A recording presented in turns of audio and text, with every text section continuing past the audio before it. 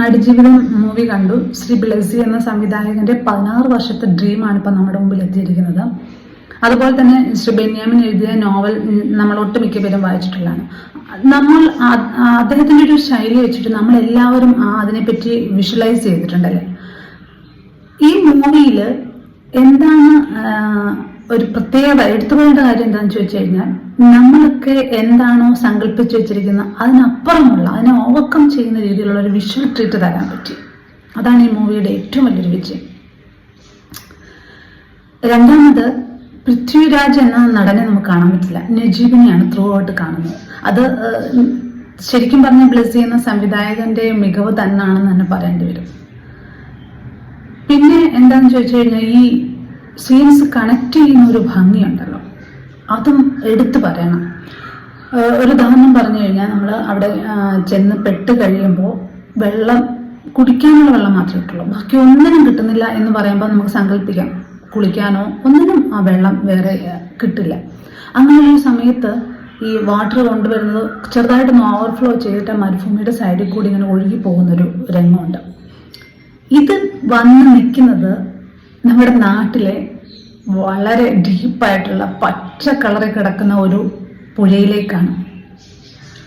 ആ പുഴയിൽ ഇങ്ങനെ പൃഥ്വിരാജിന്റെ നജീബിന്റെ ക്യാരക്ടർ മുങ്ങിക്കുളിക്കുന്നു. അപ്പോഴും നമ്മൾ മനസ്സിലാക്കുന്നത് നമ്മുടെ നാടെന്ന് പറയുന്നത് സ്വർഗമാണെന്ന് തോന്നുന്ന ഒരു എഫക്റ്റ്. പിന്നെ ആ പാട്ട് സീനിലും ഇതുപോലാണ്, അത്രയും ഡീപ്പായിട്ട് ഗ്രീൻ കളർ കിടക്കും, അതിന് മാച്ച് ആവുന്ന തരത്തിലുള്ള ഒരു കോസ്റ്റ്യൂം വളരെ മനോഹരമായിട്ട് ആ പാട്ട് സീൻ ചിത്രീകരിച്ചിട്ടുണ്ട്. അത് കഴിഞ്ഞ് നമ്മൾ ഈ മരുഭൂമിയിലെ വിഷ്വൽസ് നോക്കുമ്പോൾ വേറൊന്നും കാണിക്കല്ല, കുറച്ച് ചെമ്മരിയാട്, ഈ മണ്ണ് അല്ലെങ്കിൽ സാൻഡ് ഡ്യൂൺസ്, സൂര്യൻ, ഇതൊക്കെ കാണിക്കാനുള്ളൂ. പക്ഷെ നമ്മളെ അങ്ങനെ നിർത്തിക്കൊണ്ട് പോകണമെങ്കിൽ, ആദ്യം ഞാൻ തിയേറ്ററിൽ ചെന്നിരുന്നപ്പം എനിക്കൊരു വിഷമമുണ്ടായിരുന്നു. കാര്യം നോവൽ വായിച്ചിട്ട് ഒന്നുകൂടെ എനിക്ക് ആ നോവൽ വായിക്കാൻ പറ്റില്ലായിരുന്നു.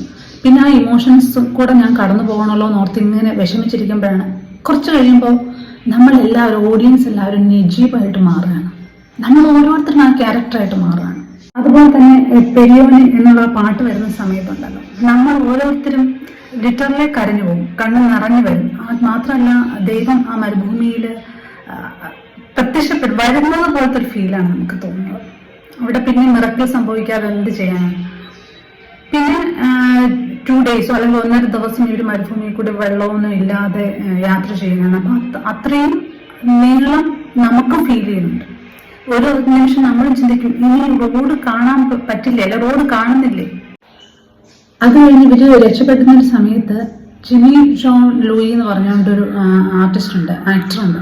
അദ്ദേഹത്തിന് ചില മാനറിസംസ്, അദ്ദേഹം ഇങ്ങനെ മരുഭൂമിയിൽ നിൽക്കുന്നത്, ആ പവർ, പിന്നെന്താണ് ഈ ഒരു മെഡിറ്റേഷൻ പോലെ രാവിലെ മോർണിംഗ് സൂര്യ ഉദിക്കുന്ന സമയത്ത് സാൻഡ്യൂണിന്റെ മുകളിലിരിക്കുന്നത്. അപ്പൊ അദ്ദേഹത്തിന്റെ ഒരു ഇന്നർ സ്ട്രെങ്തും പവറും കാണുമ്പോൾ നമുക്കറിയാം അദ്ദേഹം എന്തായാലും ഇവരെ രക്ഷപ്പെടുത്താൻ ഹെൽപ്പ് ചെയ്യും, എന്തായാലും രക്ഷപ്പെടുമെന്ന്. പക്ഷെ ഒരു മൊമെന്റിൽ കൂടെയുള്ള ആളിന്റെ ഒരു ആത്മവിശ്വാസം നഷ്ടപ്പെട്ടപ്പോഴാണ് അദ്ദേഹം പിന്നെ കണ്ടിന്യൂ ചെയ്യാൻ പറ്റിയില്ല, അല്ലെങ്കിൽ രക്ഷപ്പെടാൻ പറ്റിയില്ല. പക്ഷെ നജീബ് എന്ന ആൾ ഹെൽത്തി അല്ല, ബട്ട് ഒരു സ്പാർക്ക് ഉള്ളിലുണ്ടായിരുന്നു.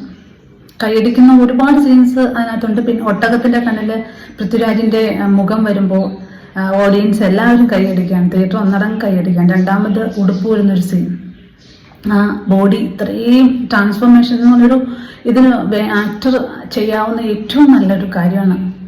അത് കഴിഞ്ഞിട്ട് പിന്നെ ഒരുപാട് സീൻസ് ഉണ്ട്. പിന്നെ എടുത്തു വരേണ്ട സീൻ എന്ന് പറഞ്ഞാൽ ഈ കുപ്പി ഉരുണ്ട് വന്നിട്ട് ടാറിട്ട റോഡ് ടച്ച് ചെയ്യുന്നൊരു സൗണ്ട് ഉണ്ടാവുക, അത്. പിന്നെ ഇമോഷണലായിട്ട് കരയുന്ന, കണ്ണ് നിറയിപ്പിക്കുന്ന ഒത്തിരി സീൻസ് ഉണ്ട്.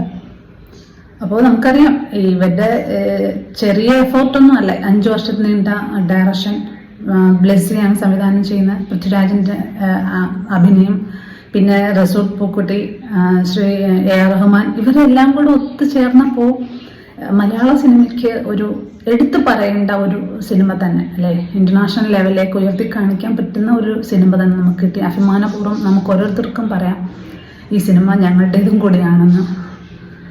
അപ്പോൾ അടുത്ത ഒരു മൂവിയുമായിട്ട്